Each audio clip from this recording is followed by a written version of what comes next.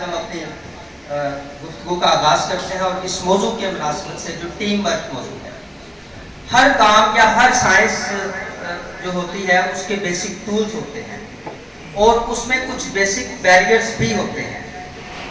ये जो team work है ना, इसमें सबसे बड़ा जो बैरियर है वो ये कंजस्टेड एनवायरनमेंट है, जिसमें आप बड़े पैक रहते हैं, एक दूसरे से बात करते हुए हेजिटेट करते हैं, एक दूसरे को कोई और समझ रहे होते हैं, हालांकि हम सब एक हैं। इस कोई और की साइंस से बाहर निकलें और हम की साइंस में आप दाखिल हो जाएं, आपको बड़ा मजा आएगा काम करके भी, फिर आपकी फ्रैंकनेस भी बढ़ेगी, फिर आप ज्यादा अच्छे तरीके से काम कर सकेंगे। याद रखें, मुझे यहाँ पे एक शेर जो मैं अक्सर पढ़ता हूँ अकबर इलाहाबादी का, कि बढ़े ना इश्क में कोई अपनी हुदूद से ज्यादा, जो जर्रा जिस जगह पर है वही महताब है। तो हम और आप सब अपनी अपनी जगह पर हम महताब हैं। पहले इस बात को आपने अंडरस्टैंड करना है। तो इस बैरियर को तोड़ना है कि हम और आप मुख्तलिफ हैं। सिर्फ फर्क यह है कि आप और हम में, या जो इधर लोग बैठे हैं या इधर बैठे हैं, उनकी रिस्पॉन्सिबिलिटीज में डिफरेंस है, वरना आप सब एक हैं। अब मैं आपसे एक असाइनमेंट आपके सामने रखने लगा हूं। आप बात करेंगे, आप मुझे उस क्वेश्चन का आंसर देंगे, फिर मुझे आसानी होगी कि मैं आपको ज्यादा अच्छे तरीके से एलैबोरेट कर सकूं कि मैं कहना क्या चाह रहा हूं।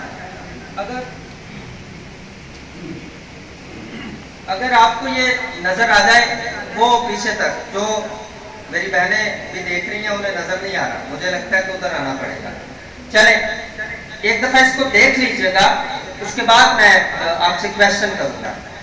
वो साहब जो बैठे हैं पीछे ऐनक लगा के, ऐनक आपने जो कैप के ऊपर रखी है, जरा आप मुझे बताइएगा कि आपको ये नजर आ रहा है, कुछ क्लियर हो रही है? ये बात नहीं हो रही, चले मैं आपके पास आऊंगा, आप इसको देखते जाइए। मैं यहाँ से शुरू करने लगा हूँ।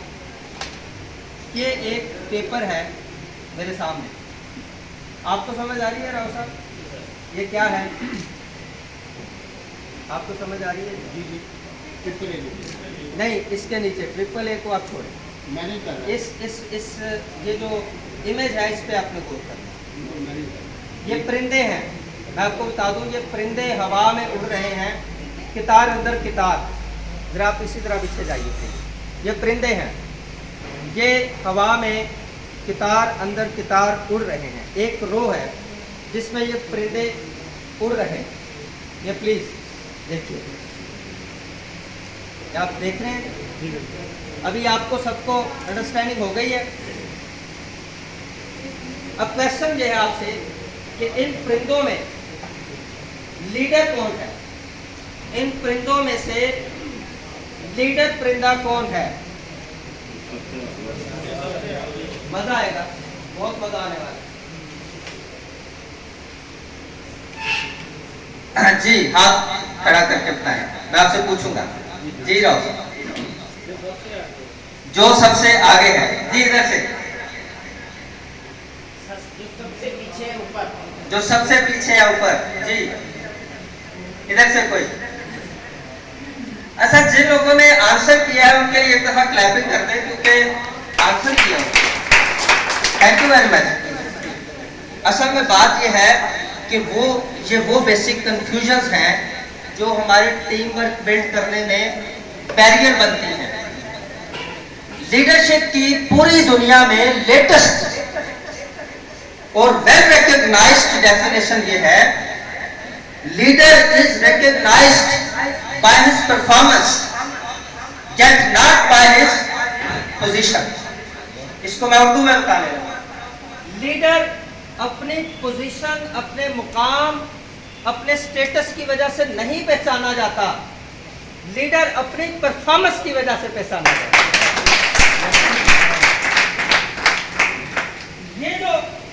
ये जो कंसेप्ट है कि जो सबसे आगे होगा, जो सबसे ऊपर होगा, ये बैरियर है आपके टीम वर्क बिल्ड करने में। फिर दोबारा उस शेर को दोहराइए, जो जर्रा जिस जगह पर है वही महताब है। मैं ये बताना चाह रहा हूं कि इसमें से हर परिंदा लीडर है, जैसे आप में से हर वर्कर लीडर।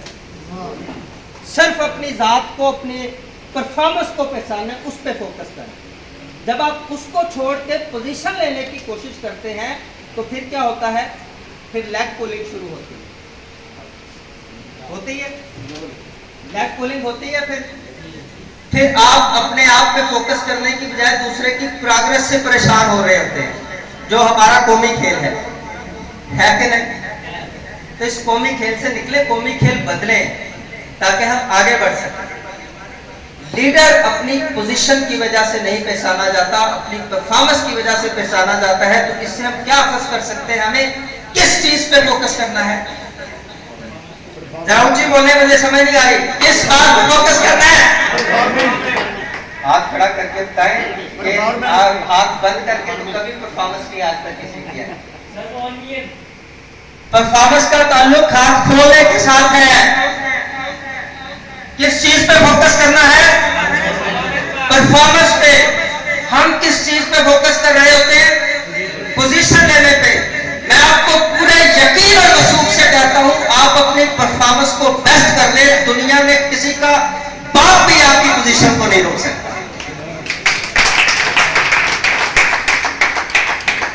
ये साइंस है टीम वर्क। तो ये दिमाग के अंदर जो बैरियर्स हैं इन्हें निकालें। फर्द कायम रखते मिल्लत से है तन्हा कुछ भी नहीं, मौज है दरिया में बैरूने दरिया। मुझे आपका इंटरेक्शन चाहिए, मैं इस तरह का स्पीकर नहीं हूं कि मैं बातें करता जाऊं और आप सुनते जाएं। मुझे आपका इंटरेक्शन चाहिए। फर्द कायम रखते मिल्लत से है तन्हा कुछ नहीं, मौज है दरिया में बैरूने दरिया कुछ नहीं। सारे मिलके बोले कुछ नहीं। ये ना कहते ना तो मौलवी वाला स्टाइल है, लेकिन ये स्टाइल जिसका भी है इफेक्टिव है। इसी पे मैं आगे बात करने लगा हूं। दूसरा बैरियर हमारे टीम वर्क के प्रोसेस में वो क्या है? हम तअस्सुब में मुब्तला रहते हैं। तअस्सुब की बहुत सारी किस्में हैं। बरादरी का तअस्सुब, लसानियात का तअस्सुब, मजहब फिरके का तासुब, रंग का तासुब, इलाके का तासुब। ये तासुबात है ना, ये सारे बैरियर हैं आपकी टीम को बढ़ाने के लिए। अगर आप अच्छा टीम वर्क करना चाहते हैं, आगे बढ़ना चाहते हैं, तो सबसे पहले अपने दिमाग को इन तमाम किस्म के बैरियर्स और तासुबात से पार करें, फिर आप आगे बढ़ सकते हैं। वरना आप किसी जगह पे फंस जाएंगे, उससे आगे नहीं निकल सकेंगे। ये भी जो मैंने बात की ना, तो आप कहेंगे ये मौलवी वाला स्टाइल है। असल में मैं बताना ये चाह रहा हूं, अच्छी बात, अच्छी एजुकेशन कहीं से भी मेरे वहां से हासिल करें। ये ना देखें कि ये किसका स्टाइल है, ये देखें कि कैसा स्टाइल है। अगर स्टाइल अच्छा तो फौरन इस तअस्सुब से निकले। लर्निंग प्रोसेस को कहते हैं। आप दोस्ती का बनाते हैं, आमतौर पर हमारा एनवायरमेंट है ना, माहौल है, तो हम ये सोचते हैं एक हद तक सिर्फ पूछना इस तक होता है, क्योंकि आपने कुछ चीजें असेस करनी होती है।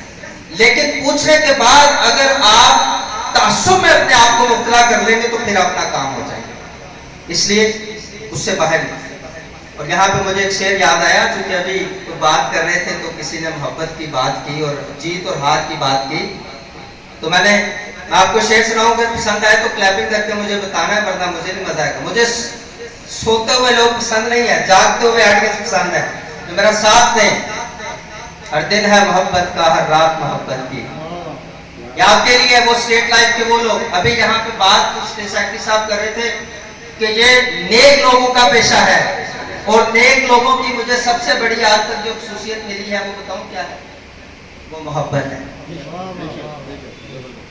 नेक लोगों की सबसे बड़ी खुसूसियत मोहब्बत है, वो मोहब्बत करना जानते हैं। हर दिन है मोहब्बत का, हर रात मोहब्बत की, हम अहले मोहब्बत में हर बात मोहब्बत की, और हर रंग में होती है ईमान बाहर सूरत, क्या जीत मोहब्बत की, क्या मात मोहब्बत। पहले मोहब्बत के लिए मेरा ये पैगाम है कि एक दूसरे के साथ कनेक्टिविटी और मोहब्बत का रिलेशन डेवलप करें। थोड़ा सा मजहबी हवाले से बात करके बात को खत्म करूंगा। उस्ताद साहब देख रहे हैं, टाइम पता नहीं ओवर हो रहा है। बात नहीं, ये कम्युनिकेशन स्किल्स की बातें हैं। आप ऑडियंस को देख रहे हैं, साथ इधर भी देख रहे हैं। अगर आप में से कोई कम्युनिकेशन स्किल्स इंप्रूव करना चाहता हो तो हमारा AAA ट्रेनिंग के जरिए हम सेशंस करवाते हैं बाकायदा तौर पर। तो मजहबी हवाले से थोड़ा सा ये मैं बात बताना चाहता हूँ कि अल्लाह तबारक व तआला को नेक काम बड़े पसंद हैं। इबादत में भी नमाज का बड़ा हुक्म हुआ है, बारहा जगह पे हुआ है। लेकिन क्यों आपको 5 लाख नमाज अदा करने का हुक्म हुआ है? उसका स्वाब क्यों जाता है? कभी सोचे, गौर करें। क्यों आपको हर साल वहां पे एक जगह पे इकट्ठे होकर हज के लिए जाने की दावत दी गई है? ताकि आपके अंदर कनेक्टिविटी पैदा हो, रिलेशनशिप पैदा हो, आपका टीम वर्क बढ़े। इसलिए अल्लाह ने आपको यह हुक्म दिया है, वरना अल्लाह को इस बात की तलब नहीं है। आप अपने बंद कब्रों में भी नमाजें पढ़ सकते हैं। आपको पैगाम दिया गया है, दावत दी गई है कि आए और कनेक्टेड हो जाए एक दूसरे के साथ, क्योंकि इंसान एक दूसरे के साथ जुड़ा हुआ है। ये अल्लाह का निजाम है।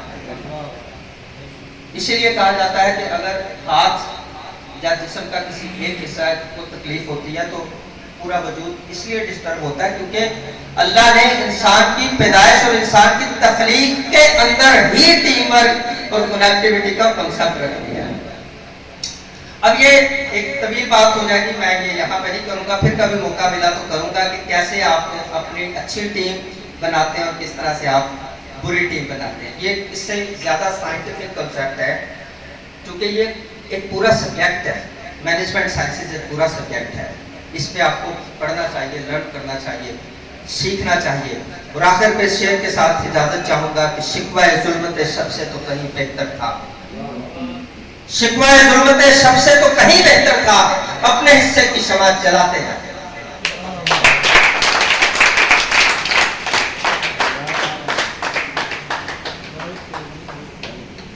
शुक्रिया राणा सत्तार साहब, मेहरबानी आपकी, आपने टाइम दिया और इतने खूबसूरत